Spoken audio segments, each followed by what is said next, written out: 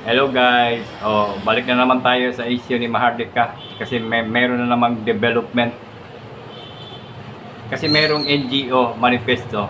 Sulat ito guys na na-receive ni Senator Bato de la Rosa at ni Senator Pia Cayetano.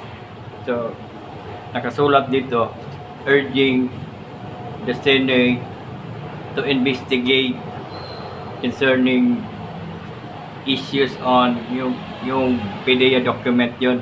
Ibig sabihin sa letter yung PDEA document yung na-link si President Marcos, and then yung last na drug operation yung nahuli yung driver.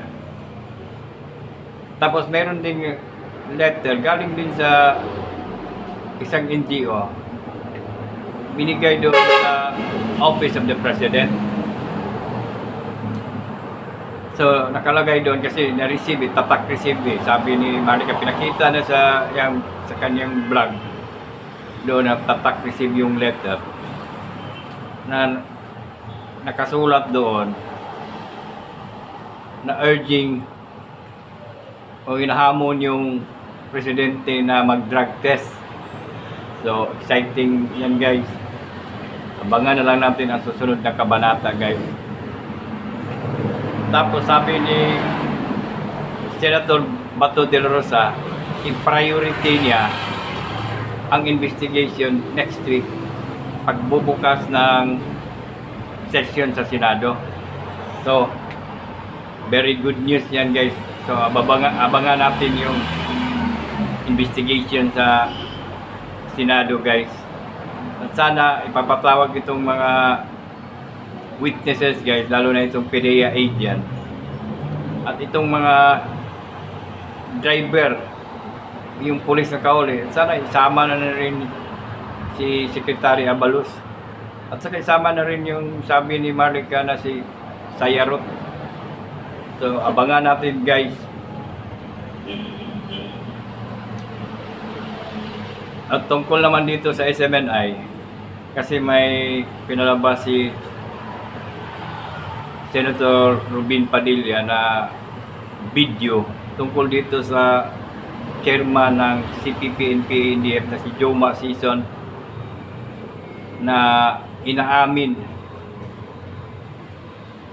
ni Joma Sison yung mga organization na kasapit nila sa CPP-NPA-NDF na bibilangan dito yung mga tatlong nasa kongreso nga panay reklamo tungkol sa red tagging. Totoo pala guys, itong mga membro nito ay kasapit talaga sa CPP, NPA-NDF. Tapos nagsisinungaling. Yan ang ginamit ng Congress na isang violation, red tagging. Totoo pala, may ebidensyang pinakita si Robin Padilla na inamin si Joma Sison. So, dapat talaga itong SMNI mabalik na sa era. Kaya walang violation talaga. Na ito namang NTC nagbigay ng resolution, pero ang kanilang investigation ay galing lang doon sa Congress. Dapat sila ang mag-imbestigar. Sabi ni Attorney Tolentino, ang NTC ay may quasi-judicial function. Ibig sabihin, meron silang karapatan nga mag-imbestigar, nga hindi sila magpadikta doon sa Kongreso. Sabi ni Attorney Tolentino, nagpadikta sila. Ibig sabihin, walang due process, walang investigation nangyari. Sana mabalik na to sa area ang SMNI. Sabi ni President Marcos doon siyang speech sa POCAM, sabi na President rule, defend press freedom. Pero anong nangyari? Nagtatanong lang si Ka Eric. Nandun, pinalabas din sa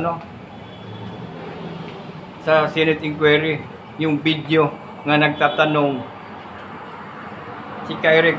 Talagang nagtatanong si Ka Eric, pero anong ginawa ng Kongreso? Pinatawag sa Kongreso, inimbestigahan, at ikinulong pa, at sinuspended pa ang SMNI. Yan bang defend the press freedom? Defend press freedom ang sinasabi ni Presidente? Kalukuhan yan. Saan ang mga sinasabi ng defend freedom? Nakulong si Ka Eric ang nagtatanong lang.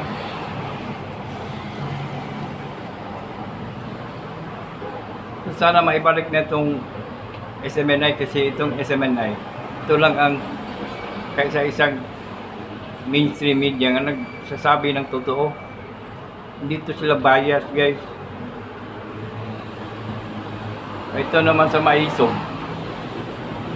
ginikipit, binabantaan yung may-ari ng lupa. Bakit ganun?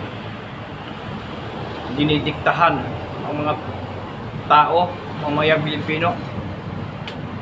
Diktador na ba tayo ngayon? Diktador na ba ang gobyerno ngayon? Pinipigilan nila na hindi matuloy yung rally.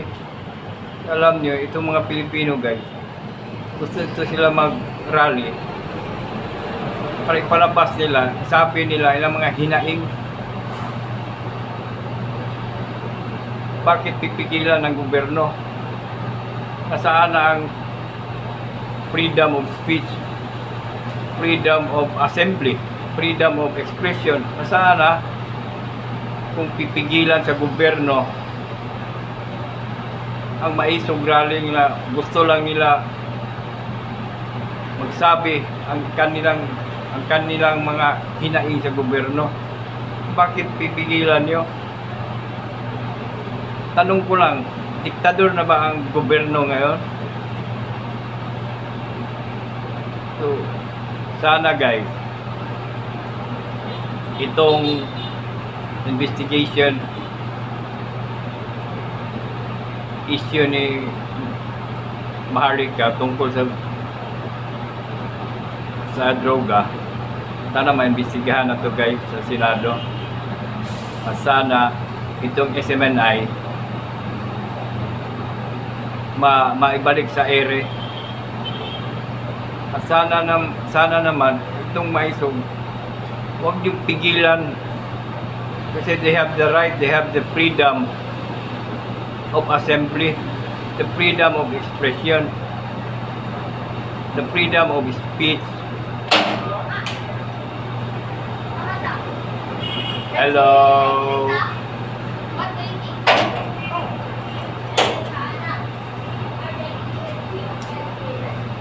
Ito, guys, sana hindi pipigilan ng gobyerno, kasi they have the right to assembly, a right of expression. Nandiyan lang lahat sa batas. Huwag niyong pigilan. Dito na lang, guys. Salamat.